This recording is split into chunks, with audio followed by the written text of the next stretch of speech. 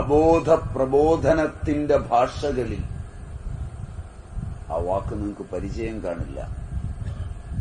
മലയാളത്തിൽ പറഞ്ഞാലും ഓ അബോധ പ്രബോധനം ഇങ്ങനൊരു പദം കേട്ടിട്ടുണ്ടാവുമോ?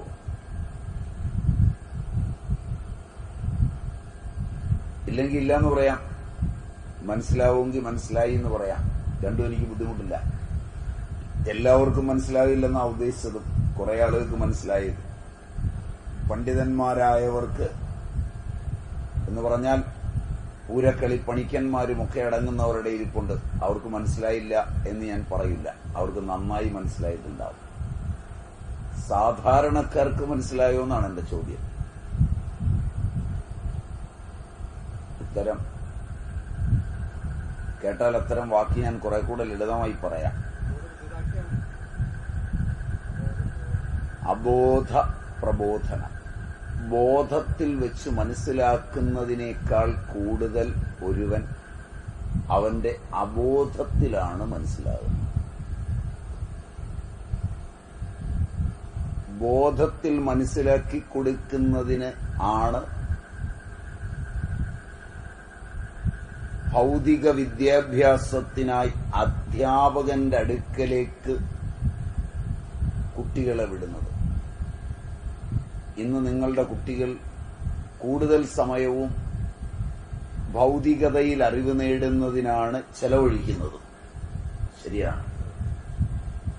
എന്നാൽ ഈ ഇരിക്കുന്നവരില് സ്കൂള് കണ്ടിട്ടില്ലാതെ പശുവിൽ നിന്ന്, കാളയിൽ നിന്ന്, കടലിൽ നിന്ന്, മത്സ്യത്തിൽ നിന്ന്, വള്ളത്തിൽ നിന്ന്, തെങ്ങിൽ നിന്ന്, തേങ്ങയിൽ നിന്ന്, ചിരട്ടയിൽ നിന്ന് നേടിയെടുത്ത അറിവിന്റെ 1000-1 സ്കൂളിൽ നിന്ന് ലഭിക്കില്ല.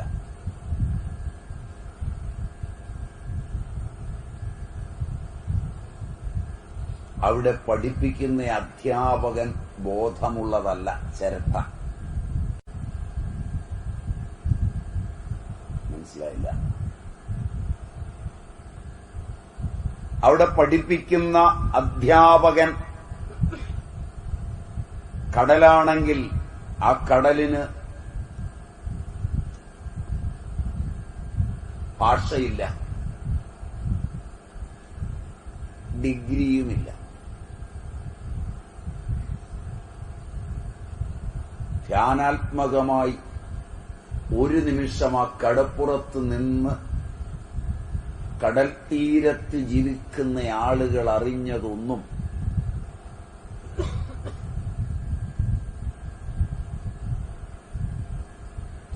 ആയിരം ഗ്രന്ഥങ്ങളിൽ നിന്ന് കിട്ടില്ല.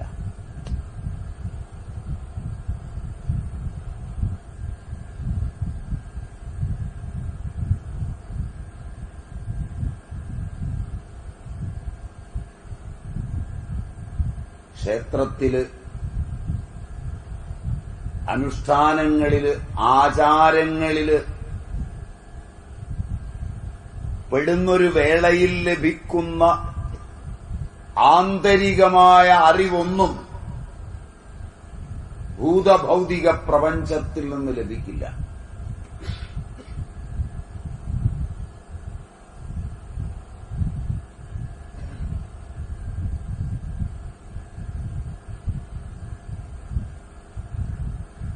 തന്ത്രവും തന്ത്രിയും PhD വരെ പഠിച്ചു എന്ന് വിചാരിക്കുന്ന 27 വയസ്സുള്ള തന്ത്രിയുടെ മകനും അത്രയും സംവത്സരത്തിലെ പഠിപ്പിന്റെ അഹങ്കാരവുമായി ക്ഷേത്രമുറ്റത്ത് ആടിത്തിമിർക്കുന്ന തെയ്യക്കോലത്തിന് മുമ്പില് കാലിന്മേൽ കാലും കയറ്റി വെച്ചിരിക്കുമ്പോൾ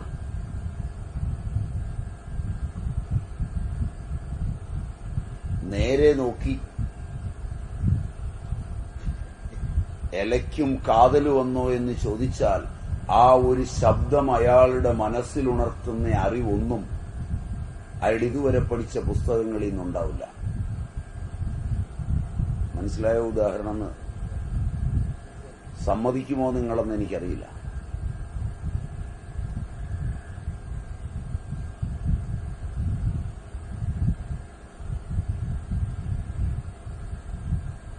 ആ വേഷമേറ്റുമ്പോൾ മാത്രം ലഭിക്കുന്നൊരു സ്വാതന്ത്ര്യത്തിൽ ഉപയോഗിക്കുന്ന അവ്യാകൃതമായൊരു ഭാഷയിൽ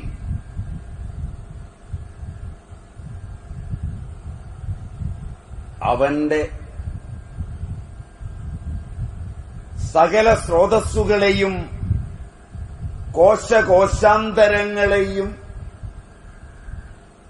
അജ്ഞാതമായ ഏതോരറിവ് സേചനം ചെയ്ത് അപ്ലാവിതമാക്കി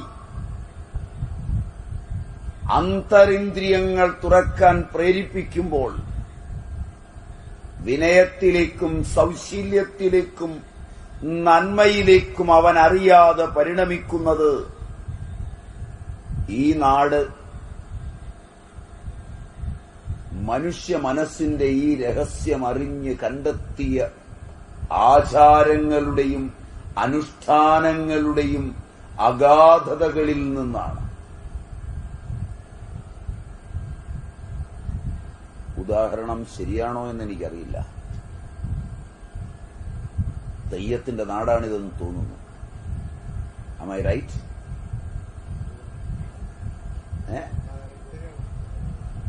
മാറുമോ? നിങ്ങളാണ് അവിടെ ഇരിക്കുന്നതെങ്കിൽ നിങ്ങളുടെ മനസ്സ്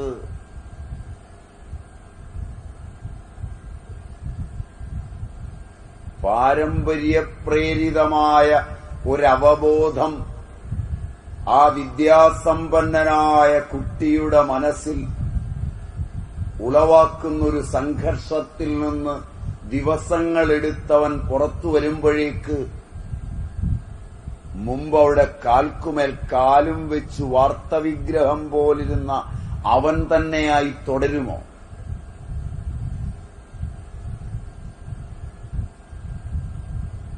ചോദ്യം മനസ്സിലായോന്നറിയില്ല. ഇവിടെയാണ് ശാസ്ത്രങ്ങൾക്ക് അജ്ഞേയവും ഭൗതികതയ്ക്ക് അജ്ഞാതവും ജാഗ്രത്തിന് അപരിചിതവുമായ ഒരു വിശുദ്ധ ലോകത്തേക്ക്, ഒരു രണ്ടാം ലോകത്തേക്ക്, എ സെക്കൻഡ് വേൾഡ്,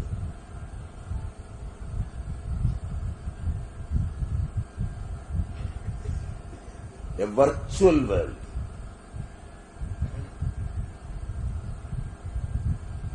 മനുഷ്യനെടുത്തെറിയപ്പെടുന്നു.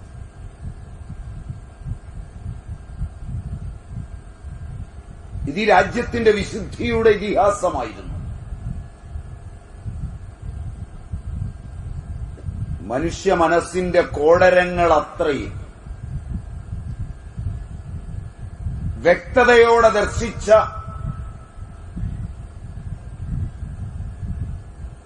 ആർഷതയുടെ അനവദ്യസുന്ദരമായ ഭാഷയും വ്യാകരണവുമായിരുന്നു.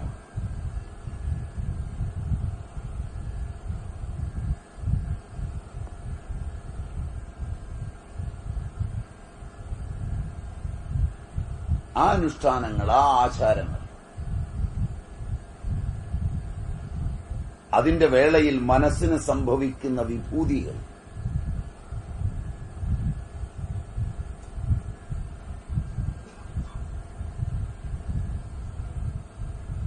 മനസ്സിന്റെ ഒരു കളിച്ചോട്ടെ, കുഴപ്പമില്ല, അവരൊരളവ് വിട്ട് കളിക്കില്ല. നമ്മളുടെ ഇവിടെ ആയിരുന്ന കുട്ടികളെ നിയന്ത്രിക്കണ്ട, ക്ലാസ്സിലൊന്നും. നിങ്ങൾ മുതിർന്നവരനങ്ങിയാൽ എനിക്ക് ശല്യവും. ഒരു സർവതന്ത്ര സ്വതന്ത്രരാണ്. കുട്ടികളുടെ കളിയും ചിരിയും കാണുന്നതിനേക്കാൾ ഗാംഭീര്യമൊന്നും എന്റെ പ്രഭാഷണത്തിനില്ല. പോരെങ്കിൽ കടപ്പുറത്തെ കുട്ടികൾ, നിഷ്കളങ്കരും നല്ലൊരു വരി, അല്ലേ?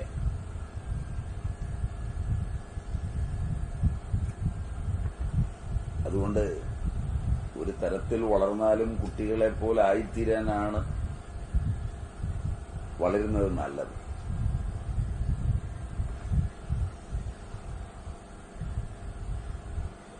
ഞാനിതൊക്കെ പറയുന്നതും എങ്ങനെ കുട്ടികളെ പോലെ ആവാം, എങ്ങനെ കുട്ടികളെ പോലെ ആക്കാം.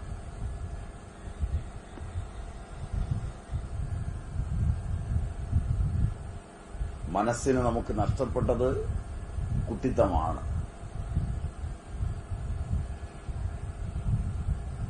അതിൽ പറഞ്ഞു നിർത്തിയത് മനസ്സിന്റെ തലങ്ങളെ അപഗ്രഥിക്കുമ്പോൾ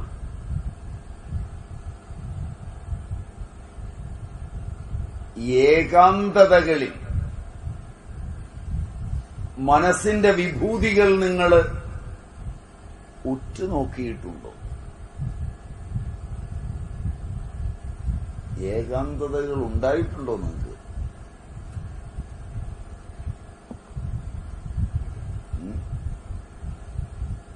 ഏകാന്തതകളുണ്ടോ?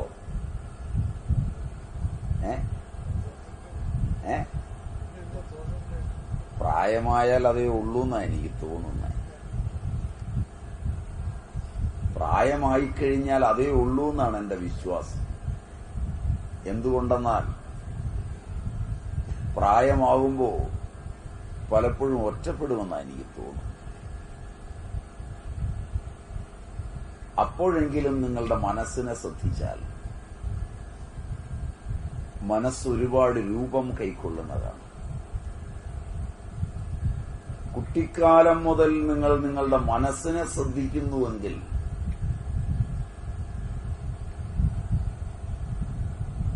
ചുരുങ്ങിയത് 3 പേരാണ് ഒരാളിലൂടെ സഞ്ചരിക്കുന്നത്. ഏറ്റവും ചുരുങ്ങിയത് ആ 3 പേരെ അറിയുമ്പോഴാണ്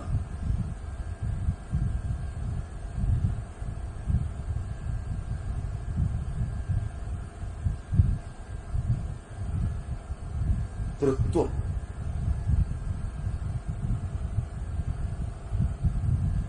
ജീവിതത്തിൽ അനുഷ്ഠാനങ്ങളുടെ പ്രാധാന്യം മനസ്സിലാകും. തൃക്ക അല്ലെങ്കിൽ തൃത്വം എനിക്കും നിങ്ങൾക്കുമെല്ലാം ഏത് കർമ്മത്തിലും ഏത് ചിന്തയിലും ഏത് വാക്കിലും സദാ സർവദാ 3 പേരുടെ സാന്നിധ്യം. നമ്മൾ 1 എന്ന് പറയുന്നതെല്ലാം എല്ലായ്പ്പോഴും 3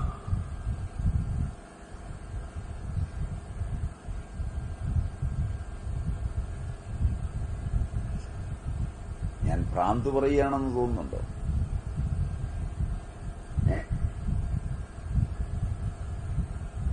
ഒരു കാര്യം അഭിലഷിക്കുന്ന ഞാൻ, ചെയ്യാൻ ആഗ്രഹിക്കുന്ന ഞാൻ,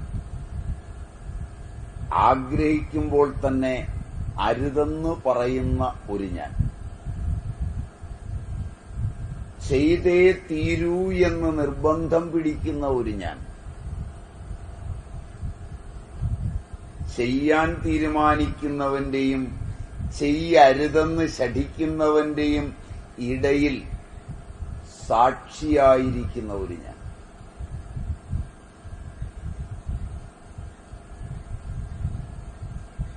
ഈ 3 വിഭൂതികൾ മനുഷ്യനെന്ന സ്വത്വത്തിന്റെ ചരിത്രം നിർണയിക്കുന്ന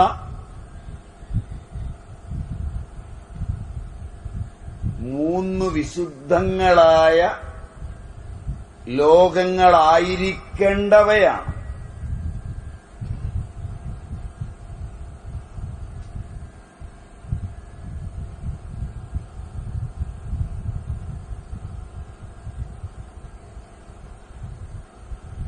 ചെയ്യുവാൻ അഭിലഷിക്കുന്നവന്റെ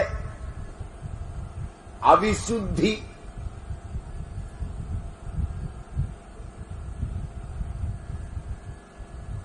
സാക്ഷിയായിരിക്കുന്നവൻ കണ്ടെത്തുമ്പോഴുള്ള വിയോജിപ്പാണ്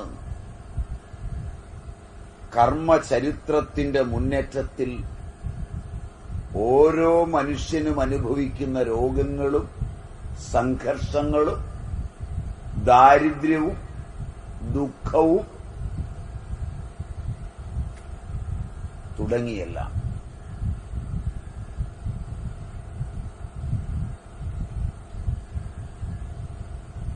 ചെയ്യുവാൻ അഭിലഷിക്കുന്നവന്റെ വിശുദ്ധമായ ചെയ്തിക്കുള്ള ചരിത്രം നോക്കിയിരിക്കുന്ന സാക്ഷിയിലുണ്ടാകുന്ന ചൈതന്യവത്തായ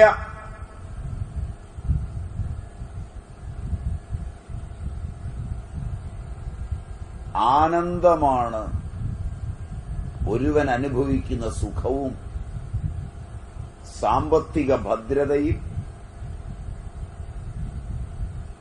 ഭാഗ്യവും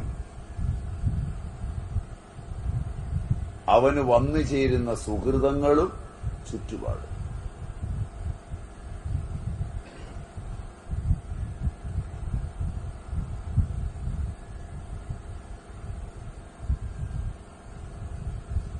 ശരിപോലെ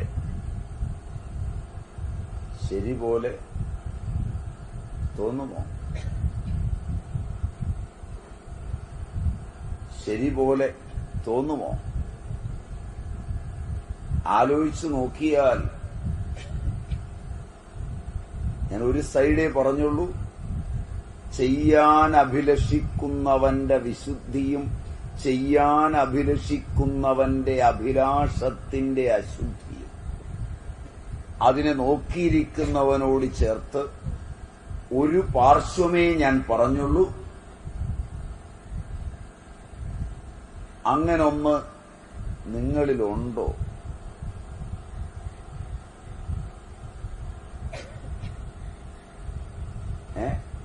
ഇതുവരെയുള്ള വിചാരത്തിൽ ഇത് നിങ്ങളുടെ സ്കൂളുകളിൽ പഠിപ്പിൽ സിലബസിലുണ്ടോ? ഇത് നിങ്ങൾ കാണുന്ന സീരിയലുകളിൽ സിനിമകളിൽ സാഹിത്യത്തിൽ കലകളിലുണ്ടോ?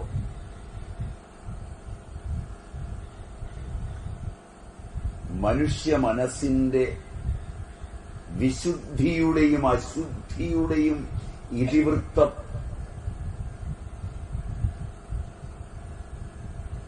അഭിലാഷത്തിന്റെയും കർമ്മത്തിന്റെയും ലോകങ്ങളിൽ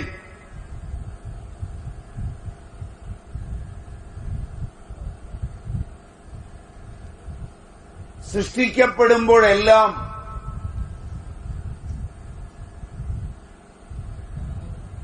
മാറിക്കൊണ്ടിരിക്കുന്ന അവന്റെ പ്രായത്തിലും വർണ്ണത്തിലും തൊഴിലിലുമെല്ലാം മാറാതൊരുവൻ നോക്കിയിരിക്കുന്നുവെന്ന്. 5 വയസ്സിലും 10 വയസ്സിലും 20-ലും 60-ലും 70-ലുമെല്ലാം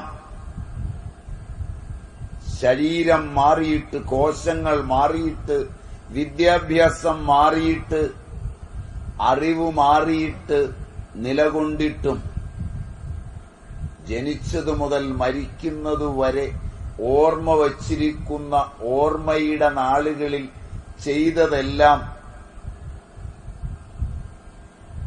ആനന്ദിപ്പിക്കുവാനും ദുഃഖിപ്പിക്കുവാനും സാക്ഷിയായ ഒരുവൻ തന്നിലുണ്ടോ എന്ന് തിരിഞ്ഞു നോക്കുമ്പോഴാണ്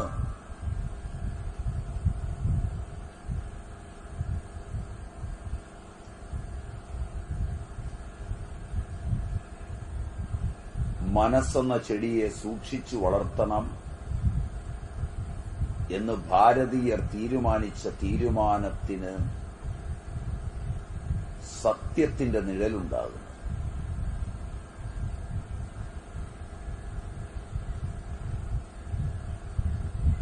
ഇങ്ങനൊരു സാക്ഷി നിങ്ങളുടെ കർമ്മങ്ങളെ ഓർത്തുവയ്ക്കുവാൻ, നിങ്ങളുടെ വാക്കുകളെ ഓർത്തുവയ്ക്കുവാൻ, നിങ്ങളുടെ പ്രവർത്തന മണ്ഡലങ്ങളെ ഓർത്തുവയ്ക്കുവാൻ, ഏകാന്തതകളെയും കൂട്ടുകെട്ടുകളെയും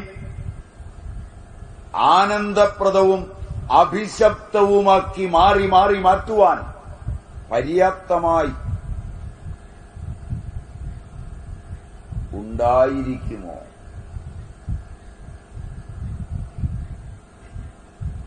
എഞ്ചിനീയറുടെയും ഡോക്ടറുടെയും അധ്യാപകന്റെയും അധ്യാപികയുടെയും മരം കയറുന്നവന്റെയും മരം മുറിക്കുന്നവന്റെയും വഞ്ചി തുഴയുന്നവന്റെയും മത്സ്യം പിടിക്കുന്നവന്റെയും സന്യാസിയുടെയും ഗൃഹസ്ഥന്റെയും ബ്രഹ്മചാരിയുടെയും എല്ലാം തലങ്ങളിൽ അവന്റെ വാക്കും പ്രവൃത്തിയും മനസ്സും കൊണ്ടുപോയ വേളകളെല്ലാം ഋണാത്മകവും ധനാത്മകവുമായി വിശുദ്ധവും അവിശുദ്ധവുമായി പോയതിനെ സാക്ഷിത്വേന നോക്കിയിരുന്ന അതിന്റെ ചരിത്രം രേഖപ്പെടുത്തി വേദനകളിലേക്കും യാതനകളിലേക്കും ആനന്ദത്തിലേക്കും സമ്പത്തിലേക്കും മാറി മാറി തള്ളിയിടാൻ പാകത്തിന് നിലകൊള്ളുന്ന ഒരുവനുണ്ടോ, പരിചയപ്പെട്ടിട്ടുണ്ടോ എന്നൊക്കെയാണ് ഞാൻ ചോദിച്ചത്. എങ്ങനെ തോന്നുന്നു? എങ്ങനെ തോന്നുന്നു? ജാതിക്കും മതത്തിനും വർഗത്തിനും വർണ്ണത്തിനും ജനിച്ച ദേശത്തിനും കാലത്തിനും എല്ലാം അതീതമായി മൂന്ന് സ്വരൂപങ്ങൾ ഓരോ വ്യക്തിയിലും നിലകൊള്ളുന്നുവെന്ന്, തൃത്വമായി നിലകൊള്ളുന്നുവെന്ന്, ഞാൻ ഒരുവനല്ല മൂന്നുപേരാണെന്ന് ബോധ്യമാകുന്നുവോ എന്നാണ് ഞാൻ ചോദിച്ചത്.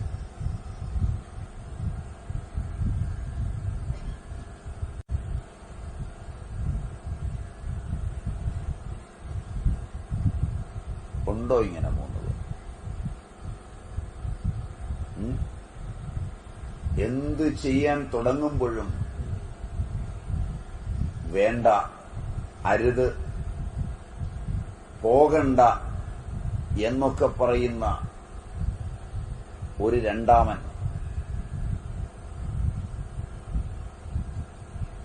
പോകണ്ട എന്ന പദം ധർമ്മത്തിൽ വിശുദ്ധിയിലായിരിക്കുമ്പോൾ പിന്നീട് പോകാത്തതിനെ പുനരെടുത്ത് സാക്ഷിയായി ചൂണ്ടിക്കാണിച്ച് ആഹ്ലാദത്തോടുകൂടി പോകരുതെന്ന് പറഞ്ഞവനെ പുൽകി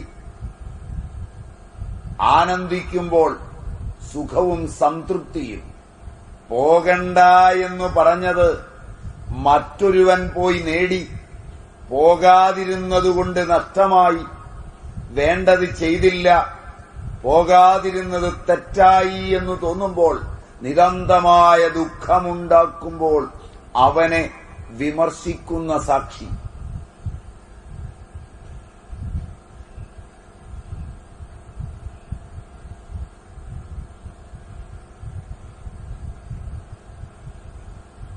ഈ മൂന്നുപേർ ചേർന്ന് നടത്തുന്ന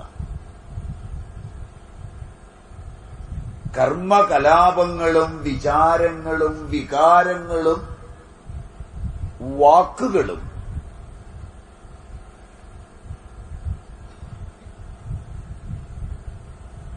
വിശുദ്ധങ്ങളാക്കുന്നതിന് പര്യാപ്തമായ വിദ്യാഭ്യാസം പാശ്ചാത്യന്റെ വിദ്യാഭ്യാസ സംസ്കൃതിയുടെ കീശയിലെങ്ങുമുള്ളതായി എനിക്കറിയില്ല.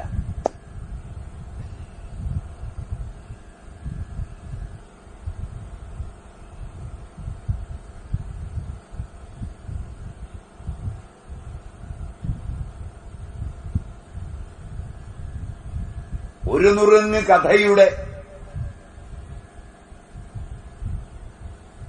ഒരു നിമിഷത്തെ ആട്ടത്തിന്റെ, ഒരു പദവിന്യാസത്തിന്റെ, അല്പനേരത്തെ വേഷപ്പകർച്ചയുടെ,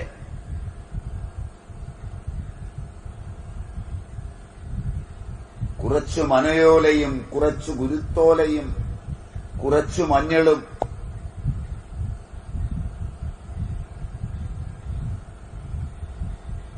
മൂന്നോ നാലോ ഉടയാടകളും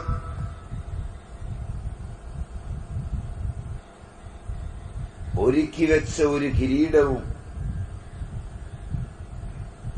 വാരിത്തച്ച കരിയും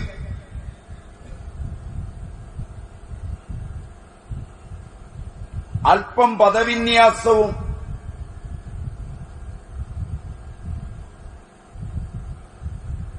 ഒക്കെ കൊണ്ട് അബോധ രൂപേണ ബോധധാരയെ മാറ്റിമറിച്ച് പ്രബോധനം നൽകുമ്പോൾ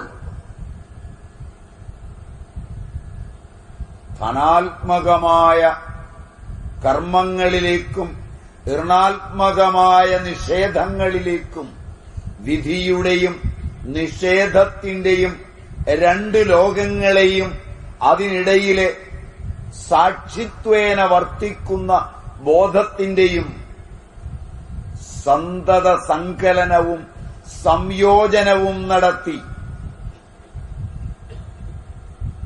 സമ്യക്കായൊരറിവ് പകരാൻ